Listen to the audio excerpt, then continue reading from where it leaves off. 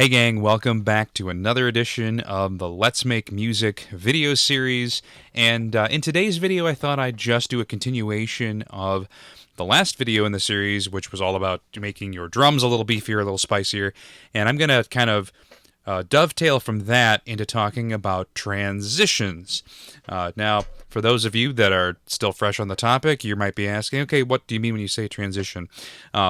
For the purposes of this video, when I talk about a transition, what I'm going to be talking about is building some tension from one section of the song to lead us into another one fluidly. That way you don't just have an abrupt change from one idea to another.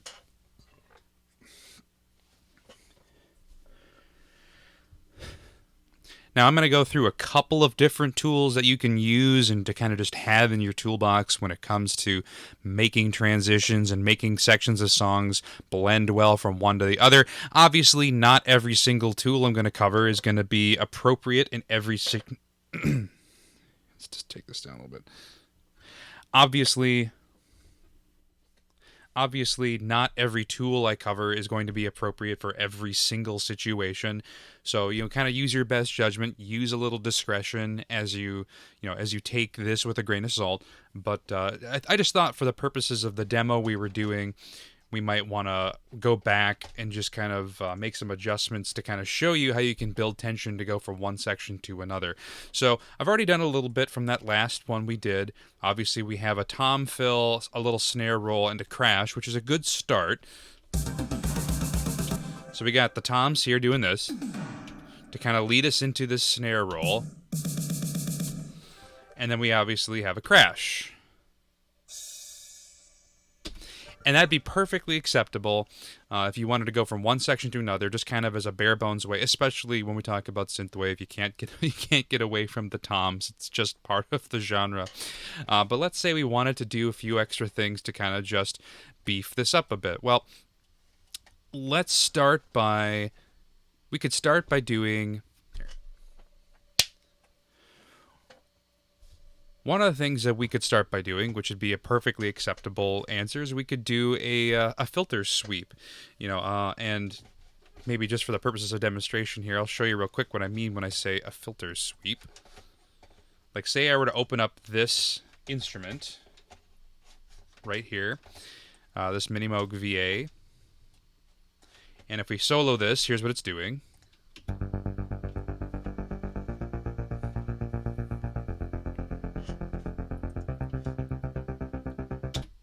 And a lot of synths you could automate like a sweep of this cutoff filter here, which is really just it's another way of saying it's a low pass filter, which means that where this is set, nothing above a certain frequency range is getting through, everything below is, and there's a little bit of a bump where that is. So if I were to do this, you'll hear what I'm talking about.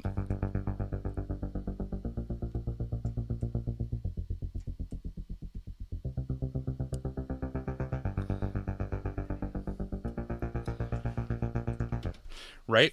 And on some synths, you can actually automate that just as it is, as a parameter. You could just tell it to move this knob around.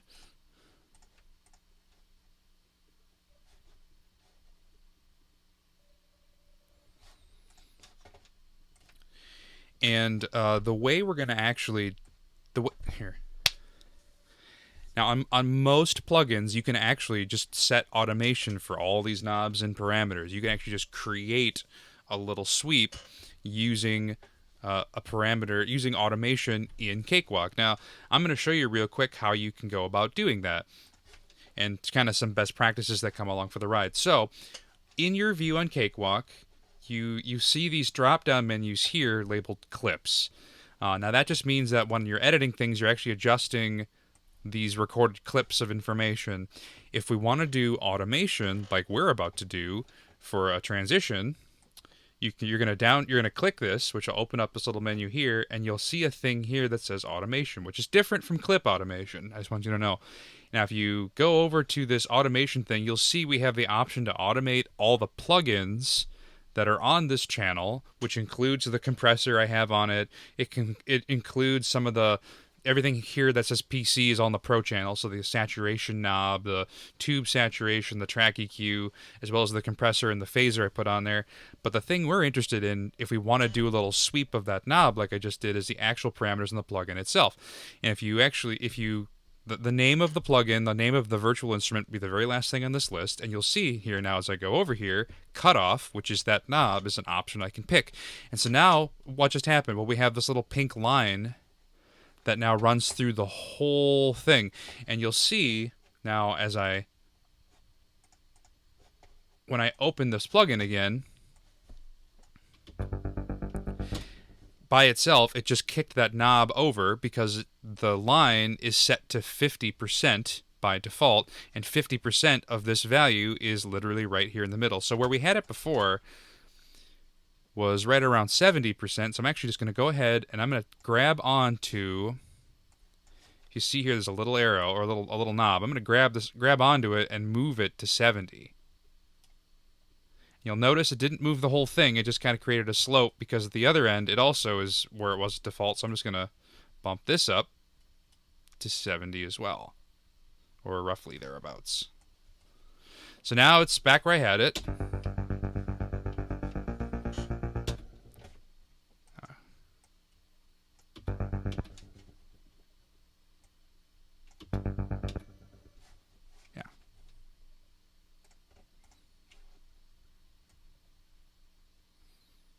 Yeah. So now if you look over here, it's back roughly to where I had it.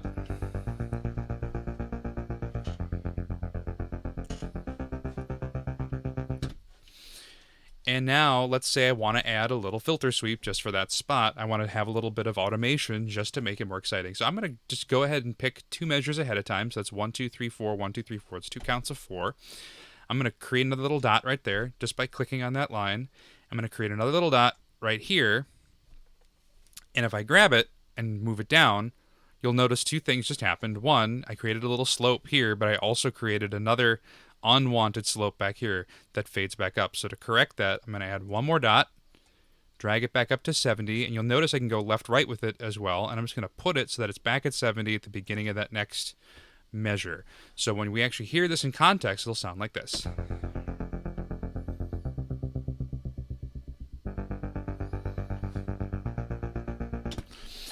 And one of the other things I'm going to do now, if you want to make that filter sweep sound more exciting, all synths are going to have this. It's going to be, in this case, it's called emphasis. It's usually called resonance, but I'm just going to add a little automation to this knob as well.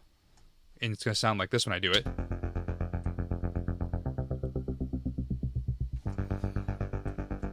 And all that does is just kind of adds a little hump to that filter as it goes down. So it's just going to go ahead and do this again. And this way you get to see me add that automation a second time. So now I'm going to actually automate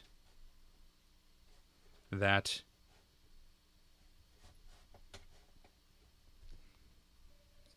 And you'll notice here on the parameters for the synth it is actually called resonance, even though that's not what it's called on the interface. And for this one, we want it to start at 0. So I'm going to drag it down. I'm going to give this a little bump up right like this. That kind of peaks in the middle. Another dot, and down she goes. So now it'll sound like this.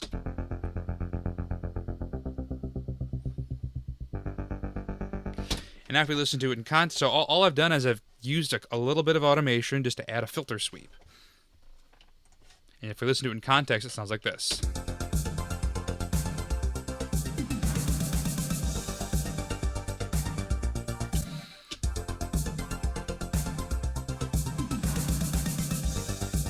Nothing too dramatic just yet, because we obviously still have other elements going on. So let's say we want to add a different sort of sweep. So one of the things you can do if you don't have parameters you can automate, like we did in that particular synth.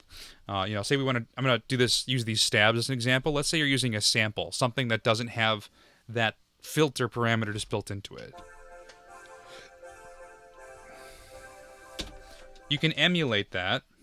If we go here, you'll notice I have some plugins already on this strip. I'm going to go ahead and add this Sonitus equalizer, which is just built into Cakewalk. And we're going to emulate And we're going to go ahead and emulate what that filter does, and this is also good as a demonstration, by creating a low pass just in this equalizer, which we can automate.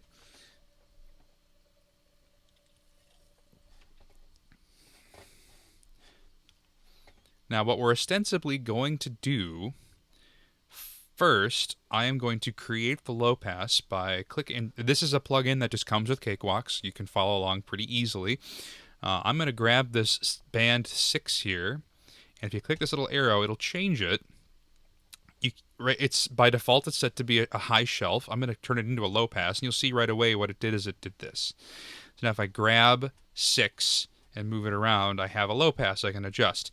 Now, we obviously don't want it to be there the whole time, so I'm going to go ahead and bump the Q up to right about 6 there. You'll notice what that does is just giving me a line, and as I sweep it down, it'll do this.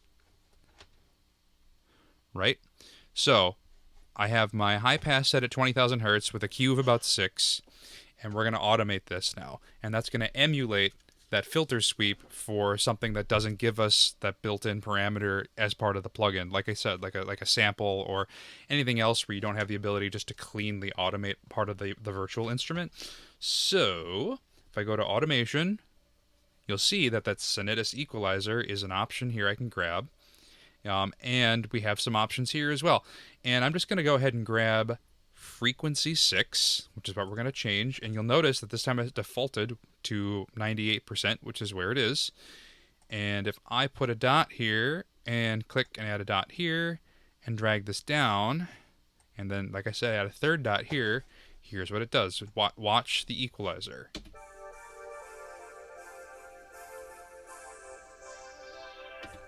Now, it's not going quite as deep as I want it to go, but you'll hear it's kind of emulating a filter sweep like that. So I'm going to bring it down even more. Maybe make it a little more aggressive just to get the effect I want.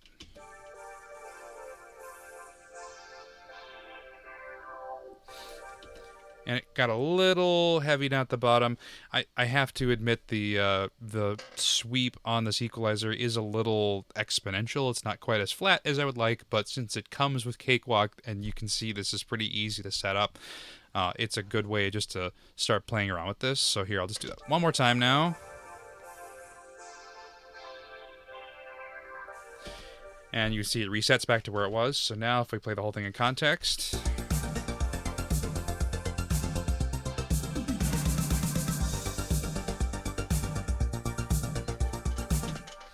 we're getting there. So that's one way you can start to build some excitement into your mixes when we have a transition.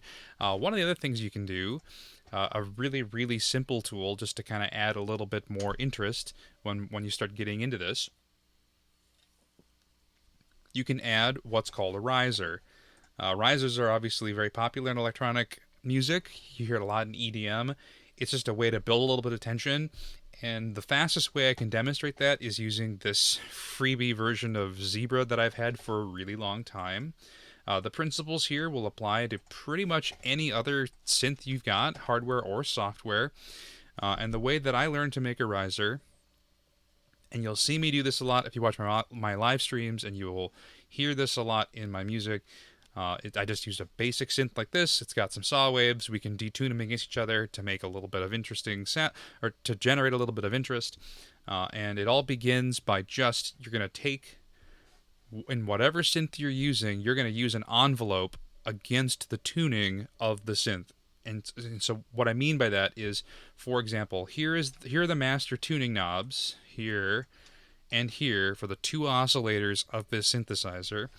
And if I right-click this little knob here, I can assign envelope 2 to adjust the tune of that synthesizer. And if I pull it all the way up, if I pull it all the way up like this on both of them, what I have done, if I go to my piano roll view, you will hear it. Makes kind of a little zooming sound.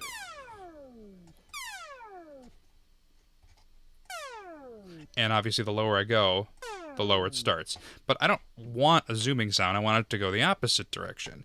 So Down here is envelope 2, and you can see the way it's set up. It has no attack, it has some decay, no sustain, a little bit of release, and it's got some kind of pre-envelope work happening here with the velocity, which is how hard you hit the keys. I'm turning that off. You don't want that. That's not something that's probably going to be selected by default on most synths you play with, but right now it's got a zoom because it has an instant attack and it just kind of decays down. Well, we want it to go the opposite direction, so I'm actually going to go ahead and pull up the attack on this envelope, and you'll hear now. Now we kind of have like a police siren thing going on, and that's because we still have some decay on it. Decay is just, if you imagine the shape of the envelope, it's going up like this, and then it's coming down like this, and we want it to just go up and stay there. So I'm going to do this.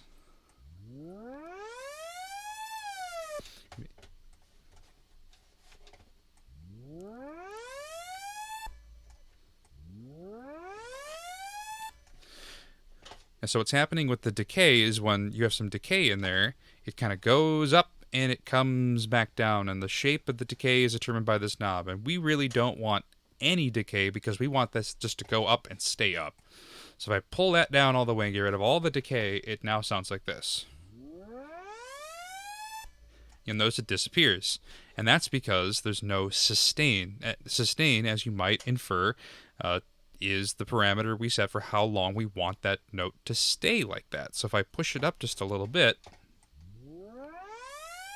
and now we're getting closer. It goes all the way up and then it drops down.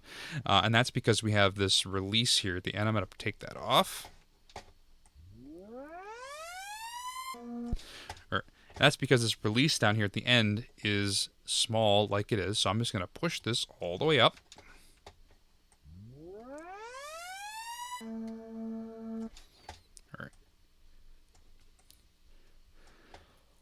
Now you'll notice we're getting closer, that it kind of...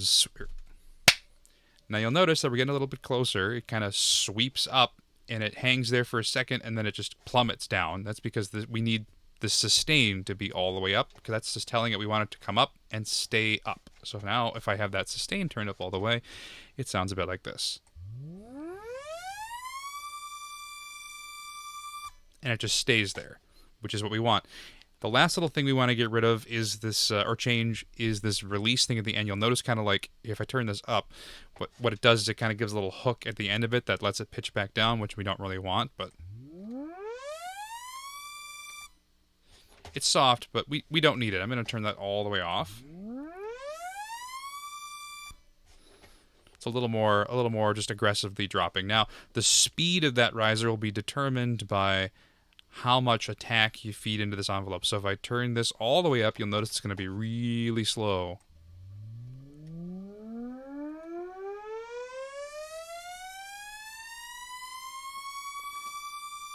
And if I turn it really far down, it's going to be really fast. Right? So we're probably going to set it right around halfway, or 2/3.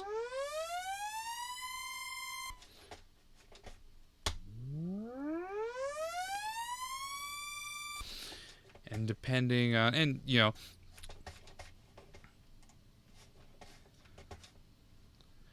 and that's a kind of all adjustable to taste. I mean, obviously not every project file you're going to work on is going to be the same tempo, so you might want to alter the timing depending on how much of that attack you want. I'm going to leave it there for now.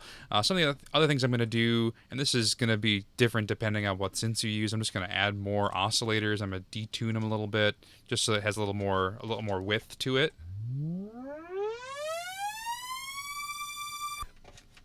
One of the other things you can do is, and I'm going to pop back over to the track view for this, is I like to add a little bit of chorus to it.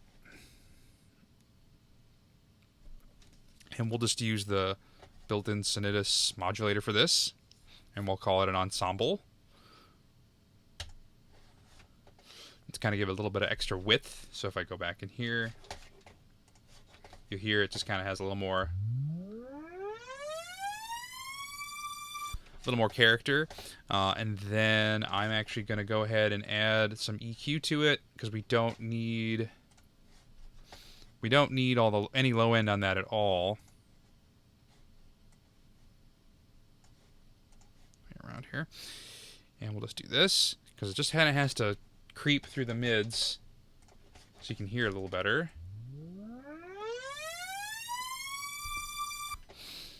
And I am also going to throw some reverb at it, because we want it to kind of ring out. And again, we'll talk about bussing in another lesson here.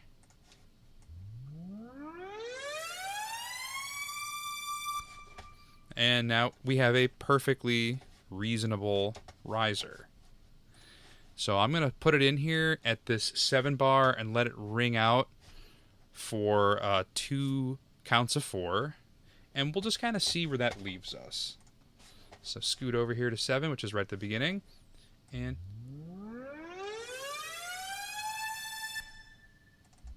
just kind of let it go up like this. And let's hear what it sounds like. She kind of want to go a little higher.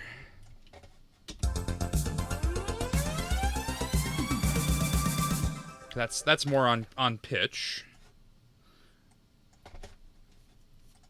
And yeah, now we're getting close. I think we're in a good spot for transition. I'm just gonna take the volume of it down a little bit because it's kind of overwhelming the rest of the mix, but.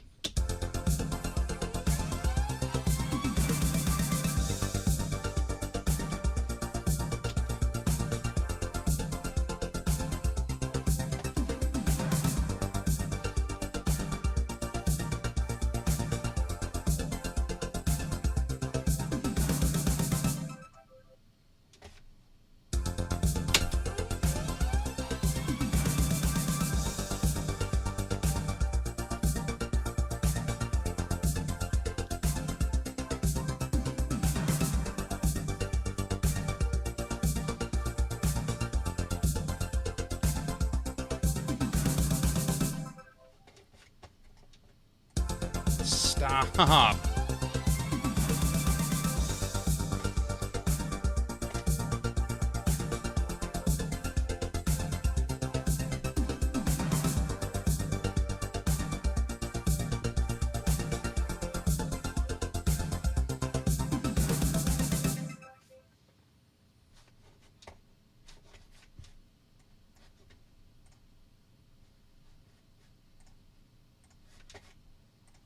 Alright, so now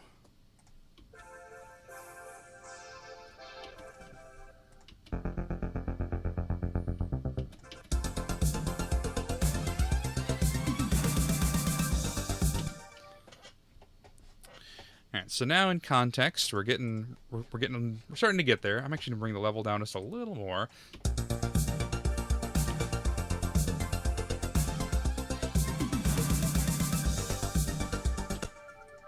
We got a little bit of a crash there. All right.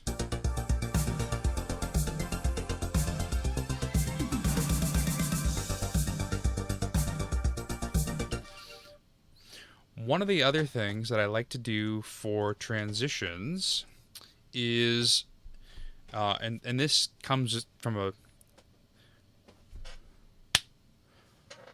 One of the other things that's good to keep in mind when it comes to transitions is remembering that sometimes less is more. So in the last video, you saw me add a lot of percussive elements to kind of spice up these drums. And one of the things I'm going to do now that we're kind of leading into a transition is I'm going to peel some of them away so that you can kind of... I'm going to start peeling them... Here. I'm going to start peeling some of those percussive elements away now for this just little 2 counts of 4 chunk. Just so we have the opportunity to build some tension as things go away and things become more sparse. It just makes it more impactful when it all kind of crashes back in, if you can forgive the pun there. So let's listen to what we got going on here. We obviously don't necessarily need the high, or these are tambourines. We don't need the tambourines here. I'm going to pull away these little these little fellas here. Hold on a second. I'm gonna pull away these cowbells, and I'm actually gonna get rid of the hi-hats for this part too.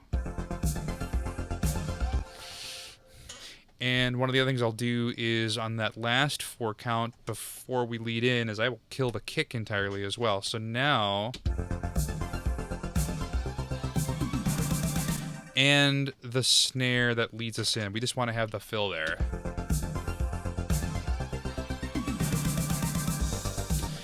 And you'll notice now we're a little more primed when it comes in. So if we listen to the 16 count here,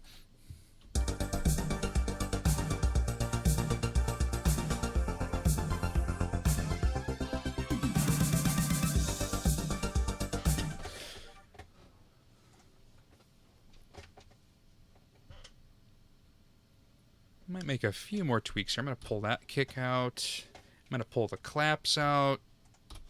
You'll see how when it comes to building a transition and building tension, I err on the side of pouring. You'll see when I start building a transition here and pulling things out, I err on the side of pulling more things out than I think I'm going to need to take out. Because 9 times out of 10, your transition isn't working because you have too much going on. You would rather have less elements to play with to build the tension than to have too many, and just peeling it all back like this just makes it work a little more nicely. So now if I play this full 16 count, you'll kind of hear how it leads in there.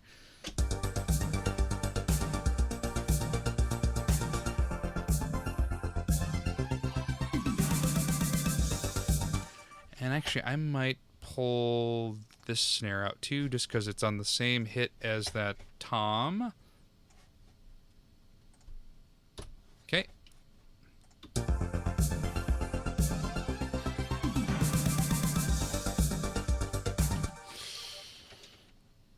Okay.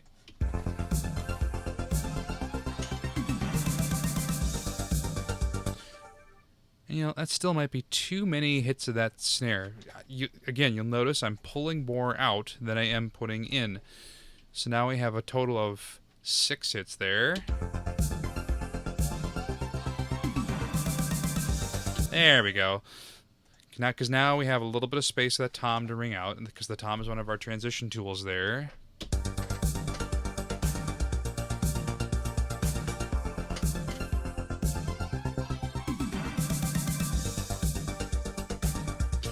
And now you notice we're kind of getting into a good vibe here. We're kind of ready to lead into that next section. One of the only other things that I can give you as a tool here, when it comes to making transition tools, is I like to use a little bit of white noise.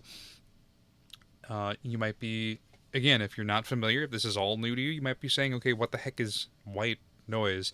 Is that just like a radio? Are we adding radio static here? And we're going to be a little more surgical than just straight up putting radio static in here. Most synthesizers you're going to work with, software and hardware, will have a white noise generator. And once again, I'm going to use Zebra here just for the sake of consistency and simplicity. I'm going to go ahead. In this synth, I'm just going to go ahead and turn the volume of these oscillators down.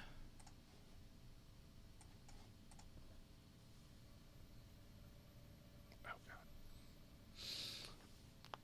Ow.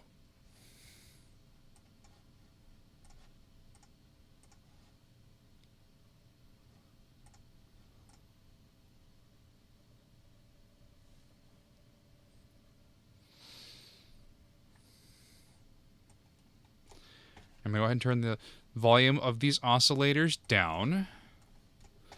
And you'll notice now, and again, this process is going to be a little different depending on what synths you choose to use. You'll notice now there's nothing happening. Here, there's a noise generator, and again, most synths you play with will have this. All I'm going to do, and by default they will be either off or muted or something, or you might actually have to go up here and change a waveform to be noise, but in some fashion it is going to be here. If I turn this up now, you hear it makes kind of this noise. It's just a noise sound. And right now it is being filtered, which I don't want it to do, so I'm going to do this. I'm going to open this up, this cutoff filter here. Here just makes... and it literally does sound like radio static. It's just white noise. And you're wondering why that might be helpful. Well, we're going to do another sweep here. We're going to do a white noise sweep. And I'm just going to do that on this 7 mark here. This 2 counts of 4, just like the other thing. And I'm going to add automation again by clicking clips, going automation, going zebra, and we're going to find that cutoff filter.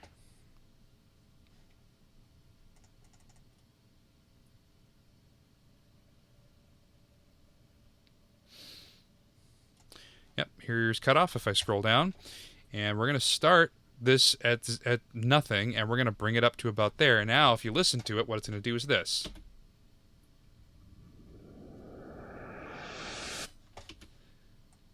I might do a little bit of adjustment there and maybe start it a little higher. Yeah, I'll do it like this. By the way, you can right-click these little buttons and reset them, if that matters at all to you.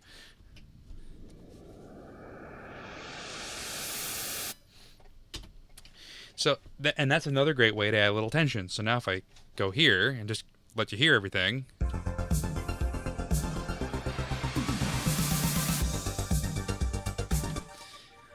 I like to add a little bit of reverb on these when we do it, when we add these tracks.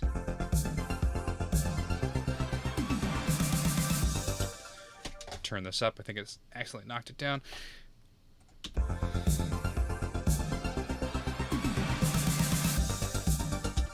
A little more.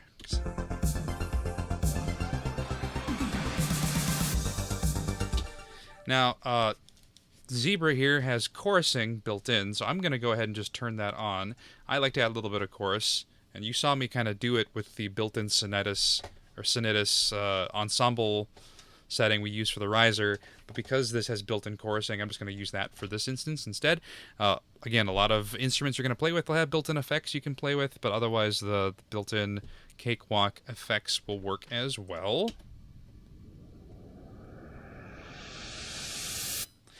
And you'll hear that's just kind of giving it a little more stereo presence. It's just kind of giving it a little more heft. The only other thing I'm going to do is I'm going to, as you might have guessed, based on the other things I did in the other video, I'm just going to high pass the crap out of that also, because we don't really need the low end on it. Oops, here we go. I forgot to change it. Boop, there we go.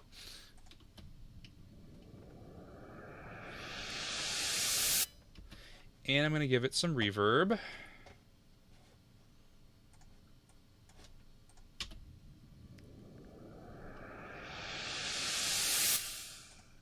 So now it kind of rings out a little bit, and if we play the whole 16 bars now.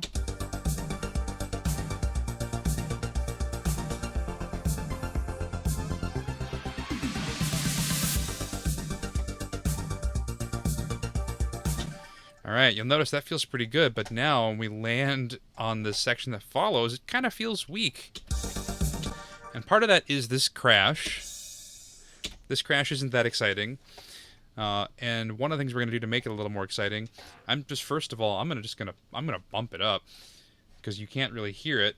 But the thing is, when you have a crash sample, sometimes it gets a little harsh when you start nudging it up in your mix.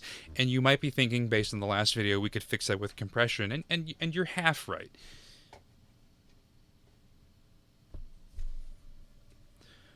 One of the things I'm going to do here, this is kind of a pro tip when it comes to cymbals, is I'm going to use what's called a de-esser. Now, we'll get a little deeper into what de-essers do, and we'll touch on this again when it comes time to do a video about vocal processing. But typically speaking, what a de-esser does is a de-esser is used for pulling out the really high, when you're doing a vocal take, the really high sibilants, and this makes it more palatable, because when you're, as you might imagine, when you're compressing and pulling the dynamics out of something like that, it can make it really grating to listen to.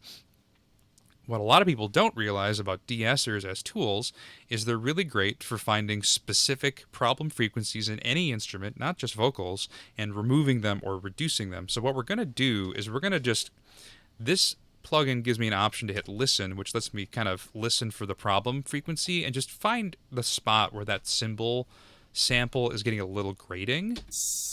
And I find it's usually right around this 8,000 hertz mark, maybe a little lower depending on the sample. This one kind of feels like the problem frequency is right around here, which is 6,800 or so. And you'll see now if I start adjusting this threshold, I'm going to maybe reduce that by about 18 decibels. Or excuse me, if I set this threshold, I'm kind of set it to like -20. So it spikes over that amount, it kind of starts pulling it out. And what we're ostensibly doing is we're just compressing that one kind of band of sound without touching the rest of it, so we don't kill the dynamics. Because you need, for a crash, you obviously want this loud beginning and this soft, gentle decay on it. I might just adjust the range a little bit here too. Now if I listen to it, you'll hear it still is all the body of the crash, but that high kind of grating, you know, the stuff that sounds like nails on a chalkboard that makes you want to murder your ears, that stuff is generally absent now. So we have the meat of the crash without the part that makes it annoying. So now if we listen to the whole thing,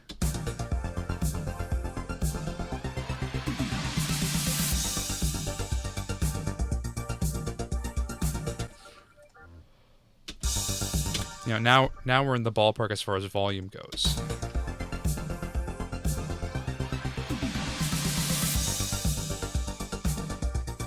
I mean, it's maybe still a little loud, but now we're in a place where the crash actually sounds presentable and isn't going to be murdering anybody's ears.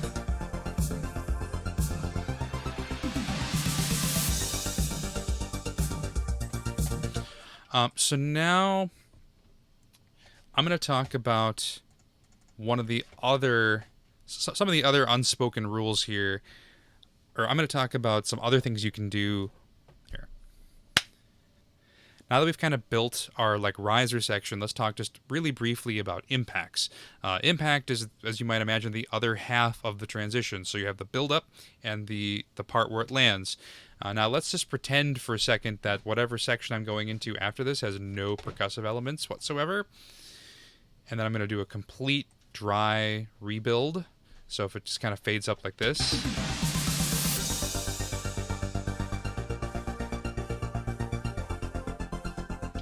You know, which does happen. Obviously, there are songs where you're going to want to do a build away as like a breakdown or a bridge or something.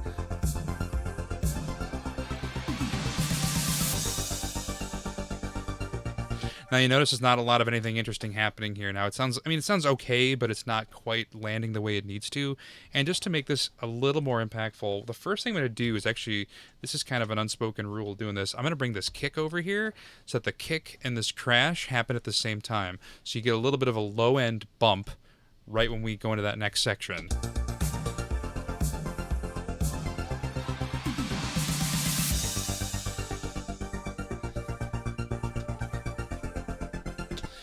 One of the other things that we could make is the opposite of a riser, which is called a faller. You've heard this probably if you listen to any amount of EDM. You'll get a nice big drop on your sub bass. You'll have a nice big doo. And that's one of my favorite party tricks. And, you know, let's see.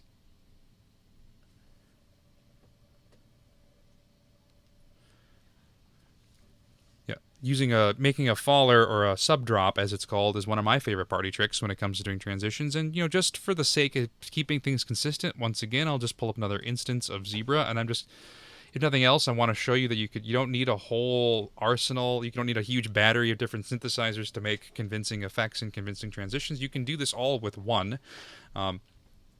In the same way that we created the riser, where we had the envelope adjusting the tuning of the synth, we're going to do the same thing, only now we're going to do it in reverse. So we're going to start by taking the envelope and we're going to put it the other way. We now want the envelope going negative, because we're going to do the same thing with the attack that we did before. So let me open up my piano roll here, so we can listen to it.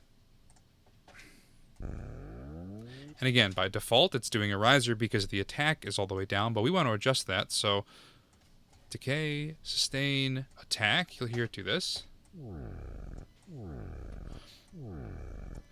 Sounds like a frog, doesn't it? And the reason it's kind of leaning into it, like the wow, is because this envelope is also controlling the filters, and I'm going to turn that off by just putting this to 0.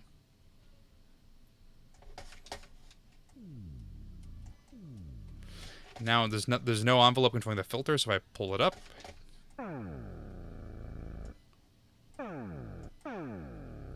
and again, the higher I set this attack, the longer it'll be.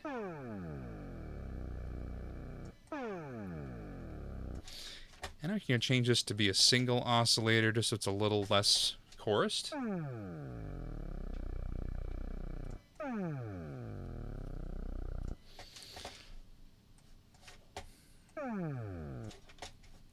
Pull this down a little bit here.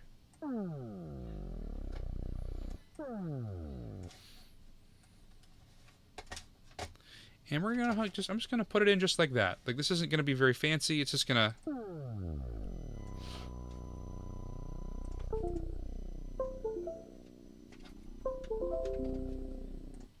Okay. Go ahead and just drop that in just like that.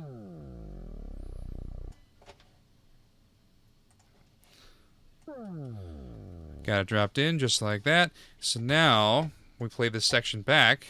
It's actually a little long. I might want to go a little faster. So let's do this.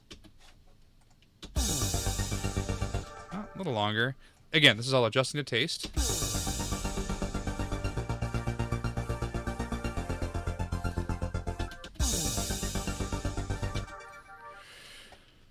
And I'm not sure if I want all that low end in there just yet, but we'll see. We're just going to play this by ear. No pun intended. So if I listen to it solo, you'll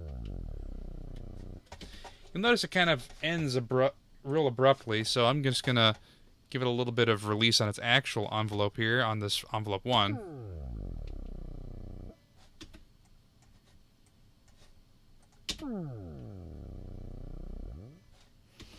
Kind of goes back up, which I don't want it to do.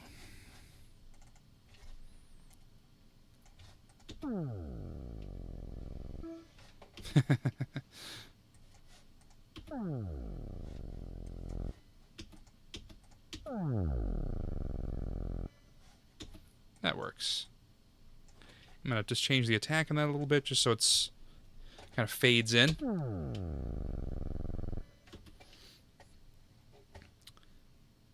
And I'm actually going to, now that I'm hearing it, I'm actually going to change this tuning on the filters. Instead of negative 48, I'll make it negative 36 on both of them.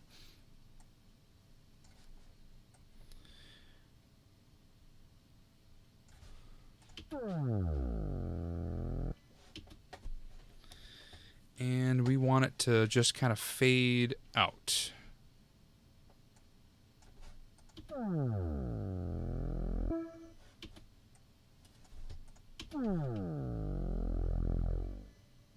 So you'll notice what I did here is I turned the release up all the way on that filter control and just gave it a little bit of release on the synth, so it just kind of...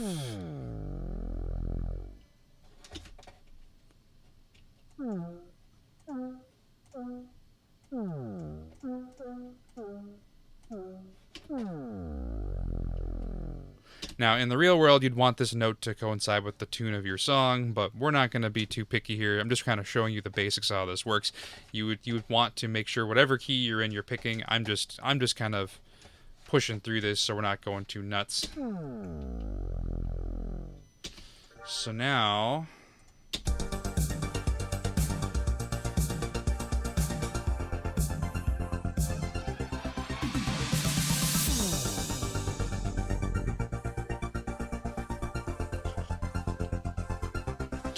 And that is a perfectly reasonable transition. Now we've built a little bit of tension. We have a little bit of an impact here, kind of breaking us in.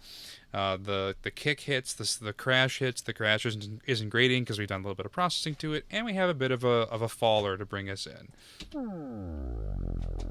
And obviously, I think I'm just going to throw some reverb on there, as well as, you guessed it, giving it just a little bit of a high pass. Actually, no. I'm gonna just do a little bit of a low pass in this one because we have so much other stuff happening high up. So now,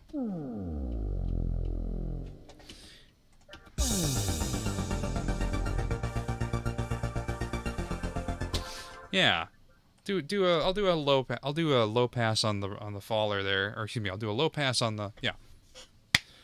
So I'm actually gonna do a little bit of a So I'm actually going to low pass the faller because we have so much other stuff happening in the high end, and no sub bass at this point. So it just kind of makes sense. So now if we listen to the whole little section we've created here, yeah, it's already 10 times more interesting than it was when we started this project file.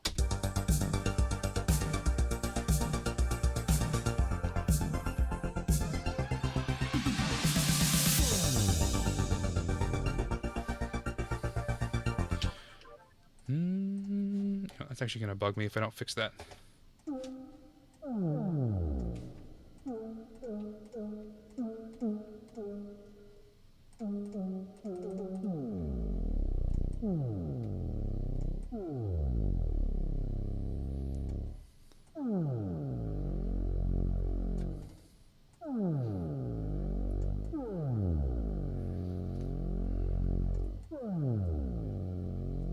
Alright, it's going to bug me if I don't put in the right key, so let's just do it real quick.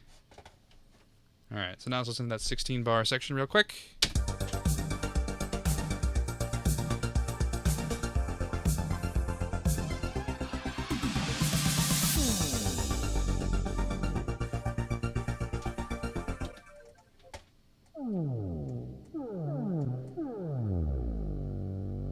There we go. Now we got it in the right key. So let's just... That was going to bug me if I didn't fix that. So let's just listen to that 16 bar loop real quick after I hit save.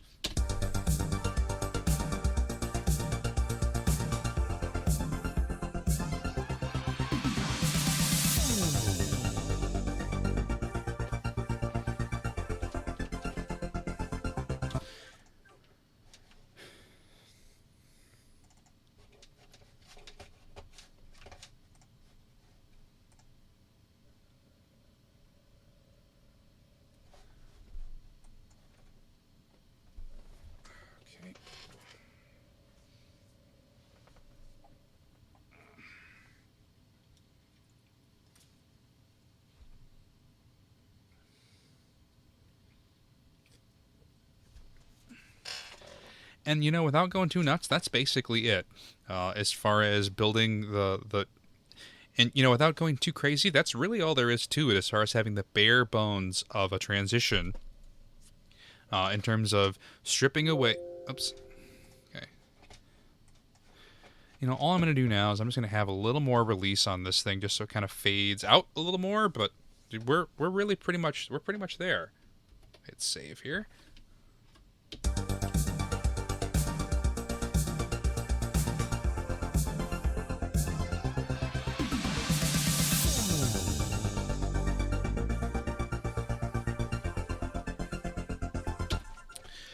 The only other thing I might do is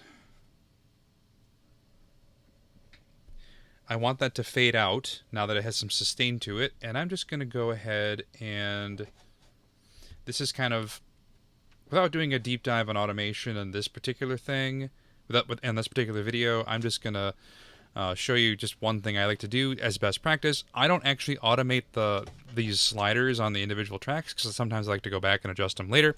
So what I'll do is I'll just add this Sonitus EQ thing, and I will automate the volume or the output on this.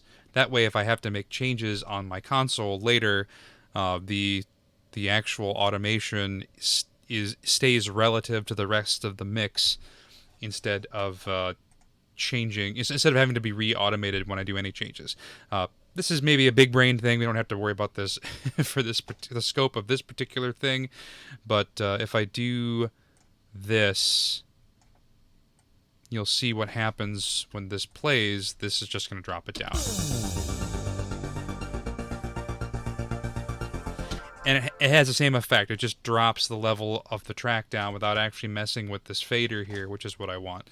So now in context, it all sounds like this.